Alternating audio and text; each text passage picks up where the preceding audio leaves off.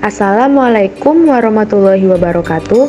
Halo, perkenalkan nama saya Yuyun Restia Ardianti dengan NIM 2105134514 dari Prodi Pendidikan Guru Pendidikan Anak Usia Dini dari kelas 21A. Di sini saya akan menjelaskan tentang literasi digital dan kerangka literasi digital Indonesia. Apa sih yang dimaksud dengan literasi digital?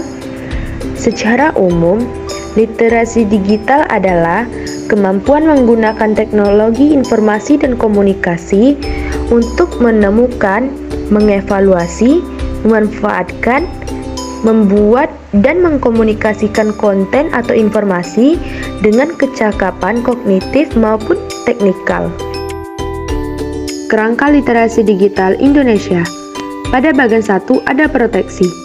Bagian ini memberikan pemahaman atas sejumlah hal terkait dengan keselamatan dan kenyamanan para pengguna internet. Yang A. Perlindungan data pribadi.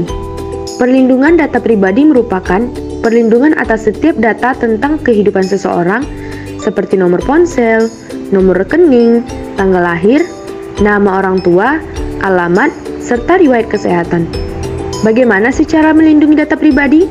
Yang pertama, membuat sistem perlindungan atas database data pribadi. Yang kedua, tidak membocorkan data pribadi ke pihak lain. Yang ketiga, tidak mengekspos data pribadi ke publik. Yang keempat, selalu memperbarui antivirus di komputer dan juga ponsel. Yang kelima, mengedukasi seluruh pihak tentang perlindungan data pribadi. Yang B, keamanan daring. Keamanan daring merupakan kemampuan untuk memaksimalkan keamanan personal pengguna dan resiko keamanan saat menggunakan internet. Contohnya, keamanan saat jual beli online, keamanan melakukan transaksi perbankan, keamanan penyimpanan data-data. Cara melakukannya yaitu, yang pertama, selalu gunakan antivirus. Yang kedua, jangan mengunduh sembarangan aplikasi. Yang ketiga, selalu perbarui software. Yang keempat, selalu lakukan backup atau simpan data di beberapa tempat. Yang C, privasi individu. Privasi individu merupakan hak untuk mengontrol, mengedit, mengatur, dan menghapus informasi tentang dirinya sendiri.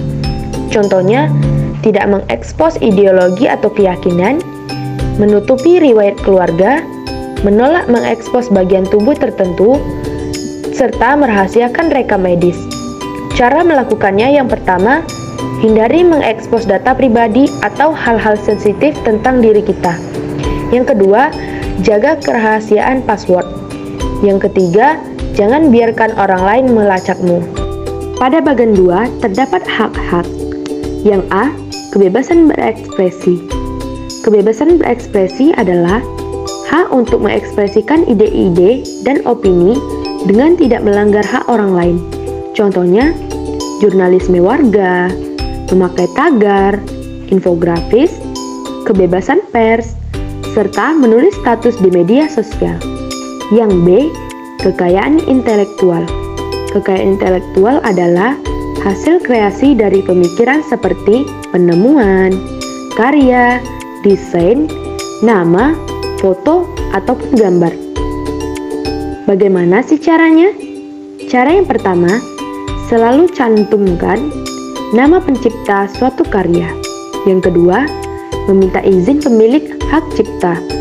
Yang ketiga, hindari mengubah, menggandakan karya cipta seseorang tanpa izin dari orang tersebut.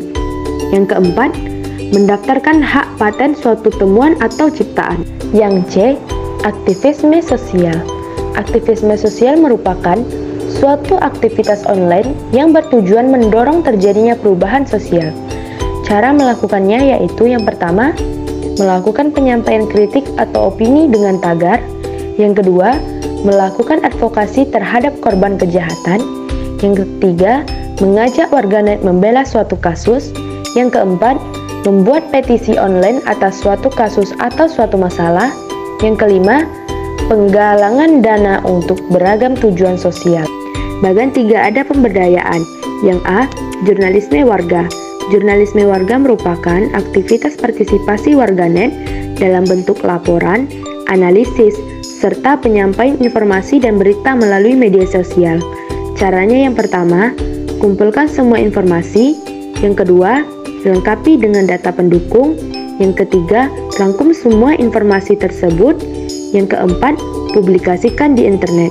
Yang B, kewirausahaan. Kewirausahaan merupakan kemampuan atau keinginan untuk mengembangkan suatu usaha atau bisnis di berbagai aplikasi online. Contohnya UMKM, startup digital, dan online marketplace. Caranya yang pertama, menemukan bidang yang disukai. Yang kedua, mencari celah bisnis di bidang tersebut. Yang ketiga, menjual produk yang dihasilkan melalui media sosial. Yang keempat, bergabung dengan online marketplace seperti Lazada, Tokopedia, dan sebagainya. Yang kelima, membuat gerai sendiri. Yang keenam, bekerja sama dengan para influencer. Yang C, etika informasi. Etika informasi merupakan kesadaran untuk mengevaluasi berbagai isu yang terkait dengan penyebaran data elektronik.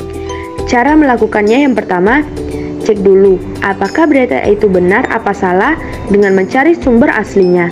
Yang kedua, hanya percaya pada sumber informasi yang kompeten. Yang ketiga, pastikan informasi tersebut tidak mengandung fitnah, hoax, dan kebencian. Baiklah, itu saja penjelasan saya tentang literasi digital dan kerangka literasi digital Indonesia. Semoga bermanfaat. Wassalamualaikum warahmatullahi wabarakatuh.